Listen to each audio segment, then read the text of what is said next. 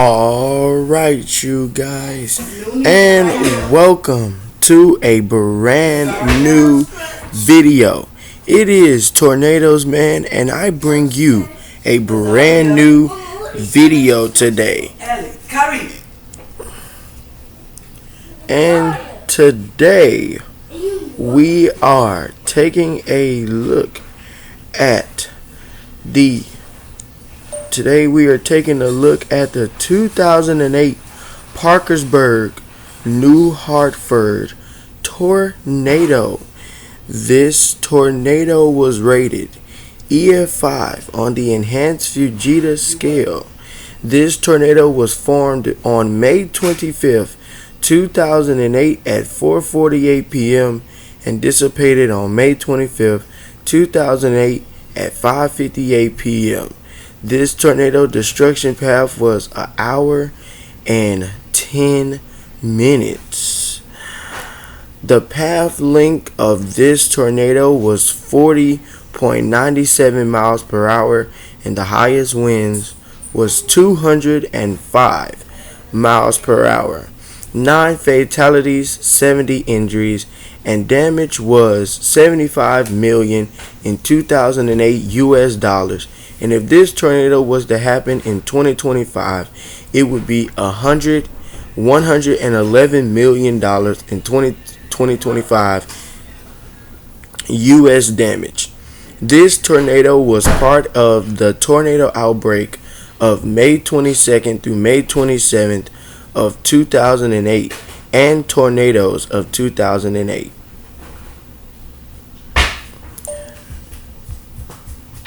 Let's get into the video.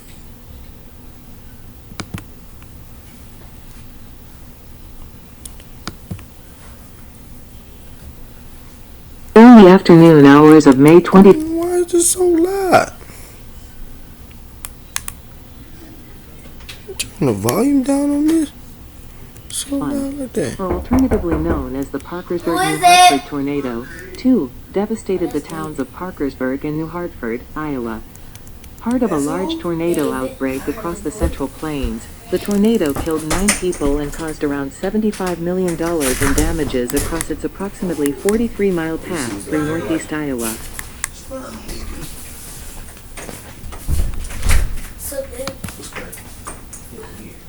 The tornado first formed south of Aplington, traveling through a series of farm fields. Minutes after forming, it grew into a large, wedge tornado, directly impacting the city of Parkersburg at EF5 intensity. The tornado devastated the south side of town, including the Aplington-Parkersburg High School, killing 7 people. After leaving Parkersburg, the tornado crossed Beaver Creek before hitting a group of homes in northern New Hartford, once again at EF5 intensity. Multiple homes, including the Oak Hill Cemetery, were completely destroyed, killing an additional 2 people. The tornado attempted to occlude 3 times before dissipating southwest of Fairbank. In addition to 9 fatalities, 70 people were injured during the tornado's 70-minute lifespan and 43-mile, 69 kilometers, long path across Butler and Black Hawk counties.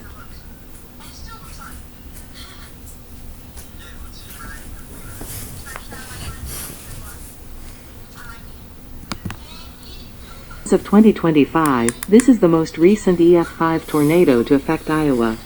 It was also the most powerful tornado of 2008, being the only EF5 tornado.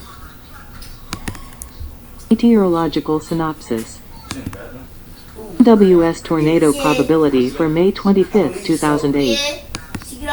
Dew points and highlighted low pressure system contours on May 25, 2008.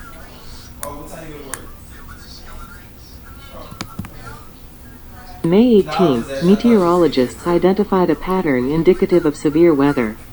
A large-scale trough was predicted to move across the northern United States, with associated moisture return from the Gulf of Mexico and ample instability forming a classic plains severe weather setup.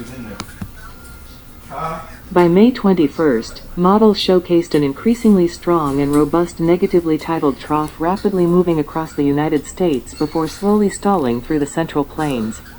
A large ridge present was set to break down, allowing a strong surface front to move across the area as well.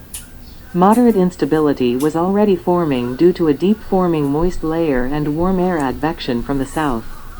The National Weather Service indicated that the combination should be sufficient for a multiple-day threat for relatively widespread severe storms. 3.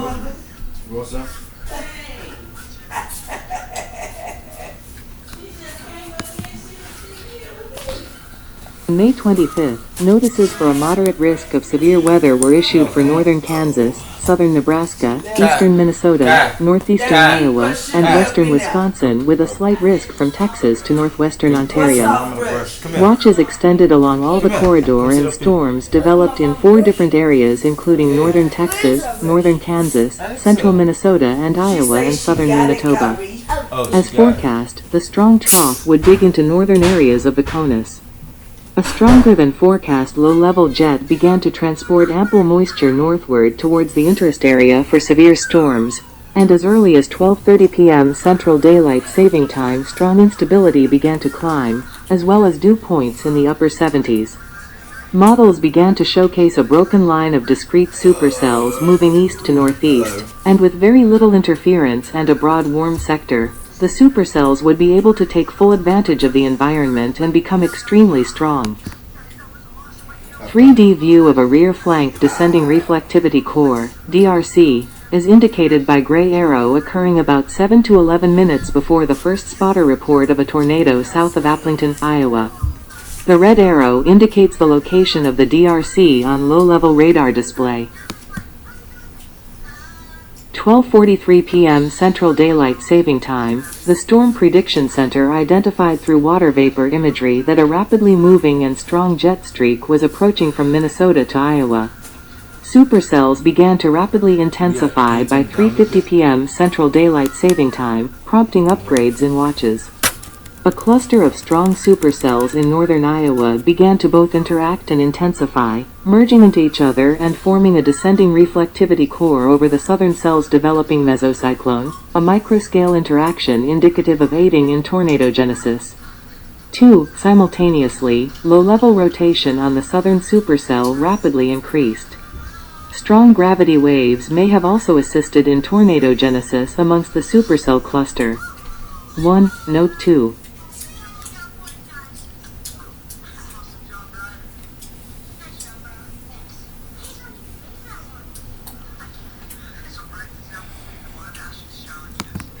Tornado summary. Formation and track into Parkersburg. The touchdown point and initial track of the tornado. EF5 damage to an industrial building in western Parkersburg.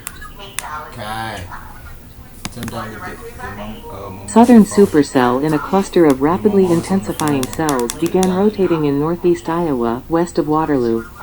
The first tornado warning of the cell was issued at 4:22 p.m. Central Daylight Saving Time, 21:22 Coordinated Universal Time, encompassing the Parkersburg area. As a tornado cyclone materialized, a funnel cloud developed, and a tornado touched down 2 miles south of Aplington near the Butler and Grundy County line at 4:48 p.m. Central Daylight Saving Time. East of Aplington, the tornado traveled through a series of farm fields, leaving distinct cycloidal marks in the corn stubble. 1. The tornado rapidly grew in size right after touchdown, and windrowing of grass and farm debris indicated a violent vortex. It then tracked into Parkersburg, becoming extremely violent, intensifying to EF5 strength, and growing into a large wedge-shaped tornado as it tore through the southern part of the community just before 5 p.m. Central Daylight Saving Time. Numerous homes and businesses, 2 banks, and a high school were destroyed as the south side of Parkersburg was essentially flattened. 1. As the tornado entered town, a large and well-constructed metal frame industrial building that was being converted into a church was obliterated at EF5 intensity, with the structure's metal beam frame mangled into a pile and pushed off of the foundation. Beams were twisted and sheared off at their bases at this location. 4, 5, 6.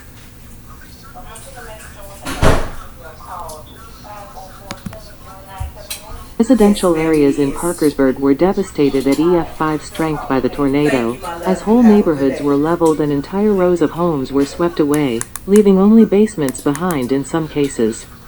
Some of the homes swept away in town were bolted to their foundations. 1. A rebar support set into the foundation of one home was found snapped in half. Hardwood trees throughout southern Parkersburg were completely debarked and denuded, and shrubs were uprooted and stripped in some areas as well. 4. Aplington-Parkersburg High School sustained EF4 structural damage, when I got out the shower, I saw you over there knocked near out. The school were snapped and dragged along the ground by the tornado, indicative of extremely intense low-level inflow winds. 1. As the tornado exited at the east side of town, the tornado struck a golf course and a newly built subdivision. Multiple large and well-built homes with anchor bolts were swept completely away at that location. 2 of these homes had no visible debris left anywhere near the foundations, one of which was built with above-standard construction methods. At one home that was swept away in this subdivision, a concrete walkout basement wall was partially pushed over, and the concrete basement floor sustained cracking. Structural debris from the town was windrowed in long streaks through fields in this area, with much of the debris finely granulated into small fragments, some no larger than coins. The tornado was estimated to have been about 7/10 of a mile, 1.1 of a km, wide as it struck Parkersburg. 7 people died in town, several of which were taking shelter in basements. 5. New Hartford. Remains of a house that was swept away at EF5 strength at the north edge of New Hartford.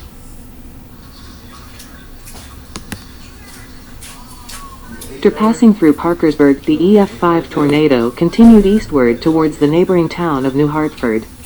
Tree damage between the two towns was almost complete, with rows of trees being blown over and ripped from the ground, root and stem. Pavement was peeled from the ground along Highway 57, and telephone poles still remain slanted towards the direction of the funnel to this day. Ground scouring during this phase was intense, with the deep cycloidal marks found in crop fields being some of the worst ever documented. Additional rural homes were obliterated and swept away in this area, and a granary was destroyed. 2. The tornado maintained EF5 strength as it reached New Hartford, impacting a housing development on the northern side of the town at 5:09 p.m. Central Daylight Saving Time. Multiple well-built homes with anchor bolts were again completely swept away, and vehicles were thrown long distances and mangled beyond recognition, a few of which only had their frames left. One home in this area had even its basement contents swept away, including the homeowner who was killed. 2. Numerous headstones were toppled at the New Hartford Cemetery, and shrubs and trees were completely debarked. 4. The tornado was likely capable of producing EF5 damage for the majority of its life up until it exited New Hartford. Weakening, track near Waterloo and dissipation. West New Hartford, the tornado weakened dramatically and passed just north of Waterloo and Cedar Falls, shrinking to about 1/4 mile, 400 meters, in width as it continued to impact rural areas. Damage along this section of the path was mostly minor, though a few farms sustained EF2 damage. Intense cycloidal marks were again noted in farm fields in this area. 1. 2. As the tornado approached Dunkerton, it turned to the east-northeast, missing the town and growing up to 1.2 miles, 1.9 kilometers, wide.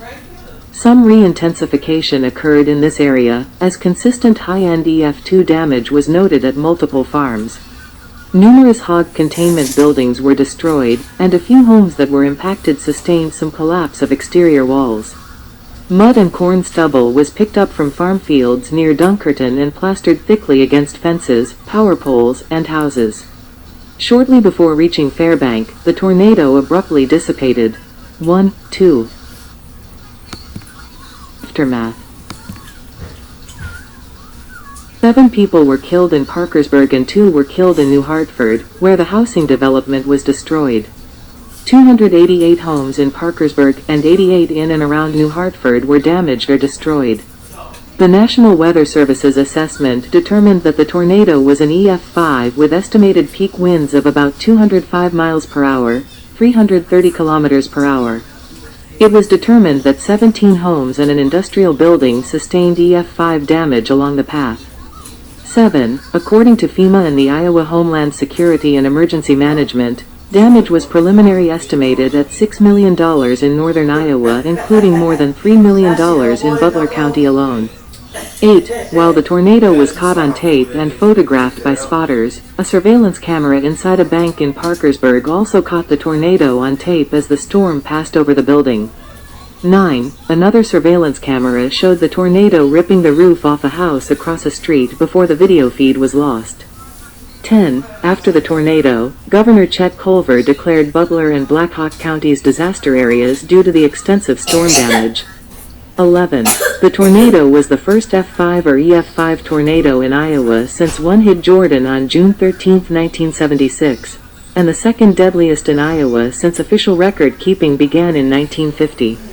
The deadliest tornado affected the Charles City area on May 15, 1968, and killed 13 while producing F5 damage. 12. On May 29, the Waterloo Cedar Falls Courier reported that lightweight debris from the Waterloo area, including photographs, check stubs, and greeting cards and business records, from a Waterloo Walgreens, had been found in Prairie du Chien, Wisconsin, over 100 miles, 160 kilometers, away. 13. Alright, you guys, make sure that you like, comment, subscribe, hit that bell, and turn on post notifications so you'll be notified every single time we post a brand new video. Peace.